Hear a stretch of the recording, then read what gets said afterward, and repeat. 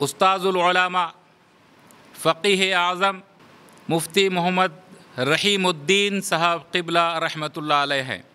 آپ کی ولادت 7 ربیع الثانی 1311 ہجری 18 اکتوبر 1893 عیسوی میں چندرائن گٹا حیدرآباد دکن میں ہوتی ہے۔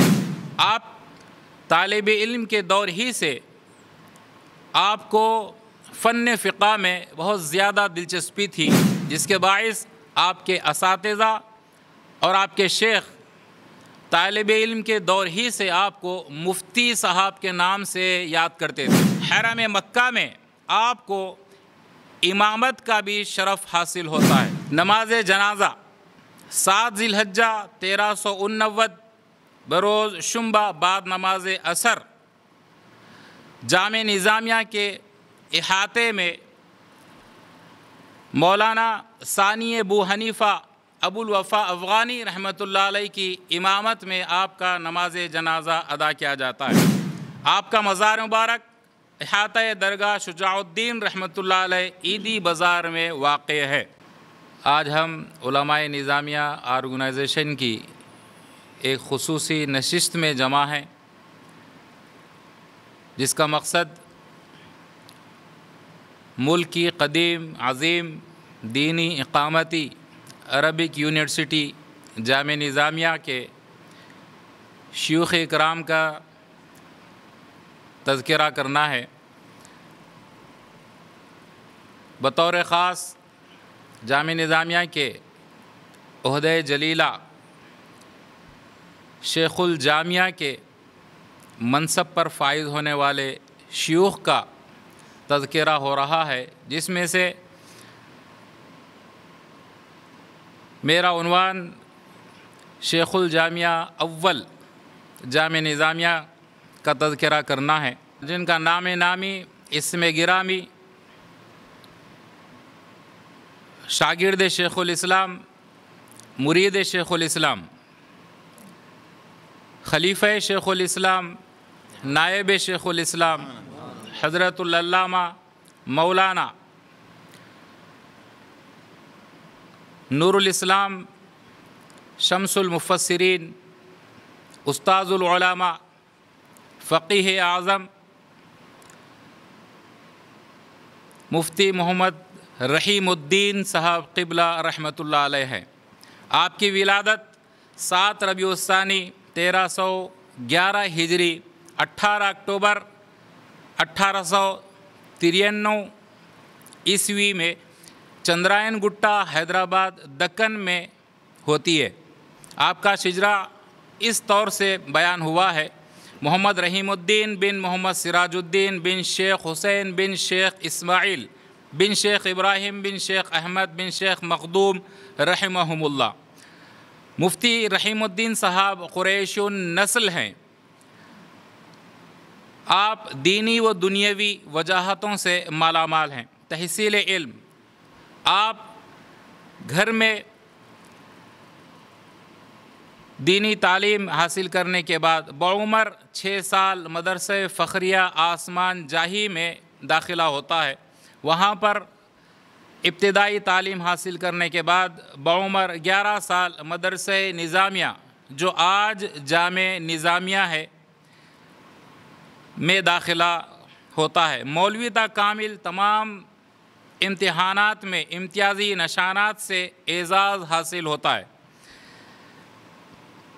1920 میں فارغ التحصیل سے ممتاز ہوتے ہیں۔ بچپن ہی سے آپ کو تحصیل علم کا شوق اور ذوق بدرجہ اتم موجود تھا، جس کے باعث آپ حدیث، فقہ، تفسیر، معقولات، گراں مایہ کتب میں ید طولہ حاصل کر لیتے ہیں۔ آپ طالب علم کے دور ہی سے آپ کو فن فقہ میں بہت زیادہ دلچسپی تھی، اساتذہ سے فقہی مسائل سے بہت ممتاز ہوئے، جس کے باعث آپ کے اساتذہ اور آپ کے شیخ طالب علم کے دور ہی سے آپ کو مفتی صاحب کے نام سے یاد کرتے تھے۔ آپ کے شیخ کا دیا ہوا لقب آپ کے نام کا جز بن گیا۔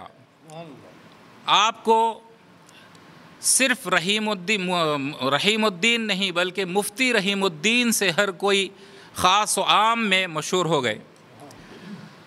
بانی جامعہ نظامیہ کو آپ سے والہانہ محبت تھی۔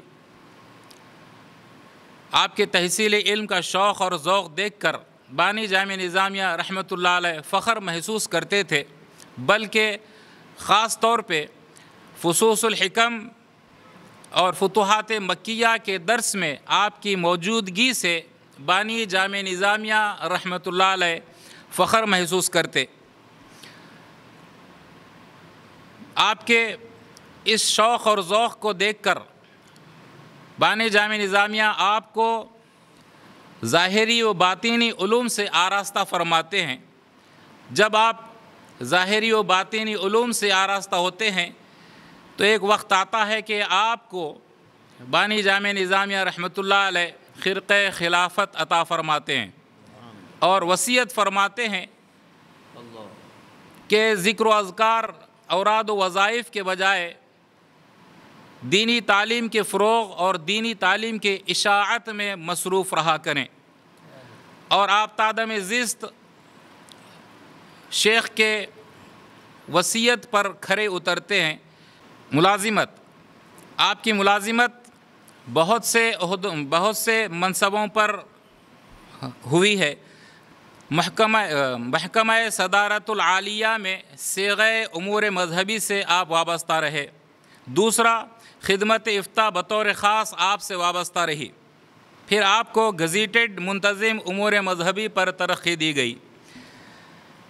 پھر بحیثیت معتمد مجلس انتظامی مدرسہ نظامیہ جو آج جامعہ نظامیہ ہے، آپ کو اس مجلس کا معتمد بنایا گیا۔ پھر درس و تدریس سے بھی آپ منسلک رہے، درس و تدریس بھی آپ سے متعلق رہی۔ پھر معتمد مجلس اشاعت العلوم آپ کو بنایا گیا۔ رکن رویت ہلال کمیٹی بھی آپ رہے۔ پھر آپ رحمۃ اللہ علیہ نے جب معتمد مجلس انتظامی مدرسہ نظامیہ پر فائز ہوئے تو آپ نے ایک تحریک چلائی کہ مدرسہ نظامیہ سے لاکھوں علماء، حفاظ، ادبا، صلحاء، صوفیہ، ادبا، اولیاء فارغ ہو کر ملک کے گوشے گوشے میں اپنے علم کی کرنیں بکھر رہے ہیں، لہذا یہ مدرسہ نظامیہ مدرسہ نہیں بلکہ اس کو جامعہ بنا دیا جائے۔ آپ کی یہ تحریک کامیاب ہوتی ہے اور مدرسہ نظامیہ کو جامع نظامیہ پر ترقی دی جاتی ہے۔ 4 ربیع الثانی 1364 ہجری فرمان عالی آصف سابع شرف صدر دلایا کہ حضرت مفتی رحیم الدین صاحب کو جامع نظامیہ کے عظیم منصب پر، شیخ الجامعہ کے منصب پر فائز کیا جاتا ہے۔ آپ جامع نظامیہ کے عہدہ جلیلہ شیخ الجامعہ کے منصب پر پہلے شیخ الجامعہ کا جائزہ حاصل کر لیتے ہیں۔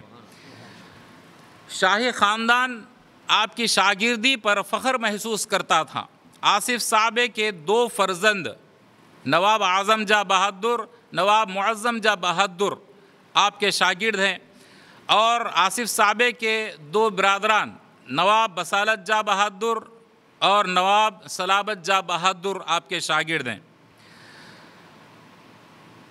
سفر حجاز مقدس 1348 ہجری میں اپنے والدہ اور برادر مولانا محمد نظام الدین صاحب کے ہمراہ حج و زیارت سے مشرف ہوتے ہیں۔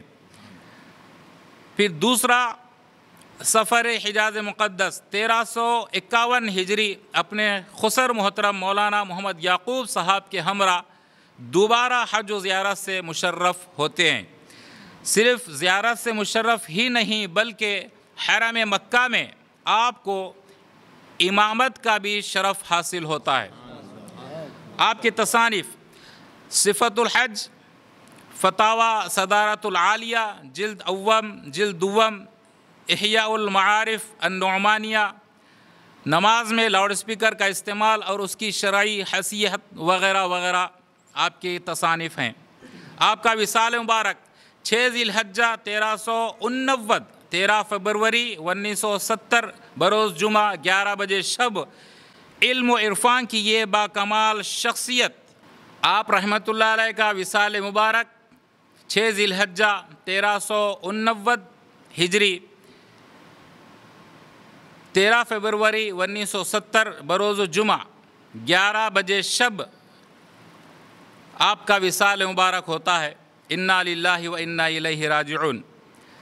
نماز جنازہ 7 ذی الحجہ 1389 بروز شنبہ بعد نماز عصر جامع نظامیہ کے احاطے میں مولانا ثانی ابو حنیفہ ابو الوفا افغانی رحمۃ اللہ علیہ کی امامت میں آپ کا نماز جنازہ ادا کیا جاتا ہے۔